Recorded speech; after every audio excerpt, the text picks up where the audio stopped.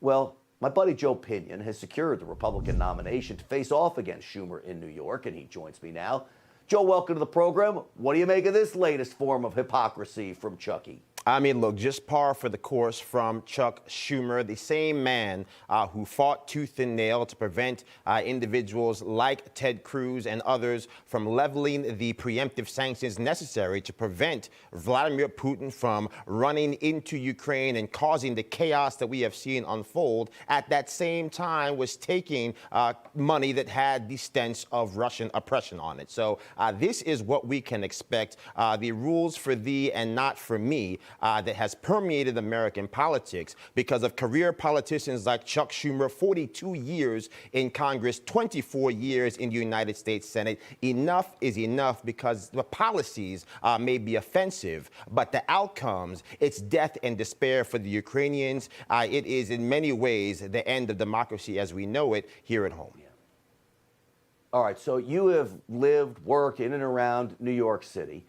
Chuck Schumer has been a big part of this push to defund police. Now all of a sudden everybody wants to fund police back. But I want you to listen to the new mayor, Eric Adams, a guy I warned everybody about that was not a cool cat like everybody said he was. Listen to him talk about the police here and how to fund them. You've heard the narrative beforehand about defunding the police. Let me tell you what the defunders of police are. Those are those who did not vote on the Build Back Better bill. Money was in that bill for police officers.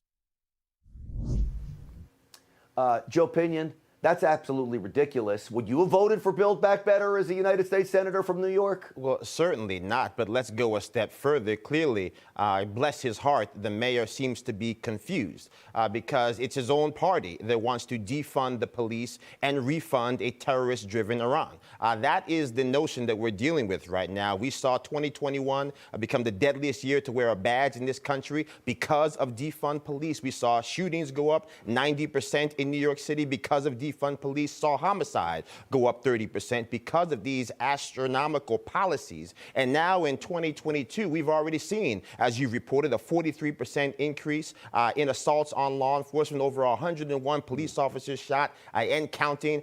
This is the reality here. These are just the facts. These are not opinions. And so when Chuck Schumer and people like this mayor try to pretend that they are on the side of law enforcement, that they are on the side of law and order, all we have are the results that show from the open southern border that we have that has allowed fentanyl to flood Main Street, USA, and bring death to the doorsteps of urban and suburban mothers alike. They do not care about your safety. They do not care about security. They do have no respect for law and order in this country that we love.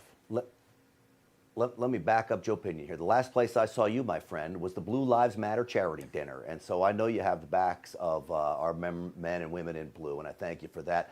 New York could use some common sense. Joe Pinion, common sense. Thank you, buddy. I appreciate you coming on. I appreciate you. And people can go to joepinion.com to help us out because what Chuck does in the name of New Yorkers, it infects every single one of us. So God bless you all. And Grant, good to see you, my friend. Good to see you too, joepinion.com.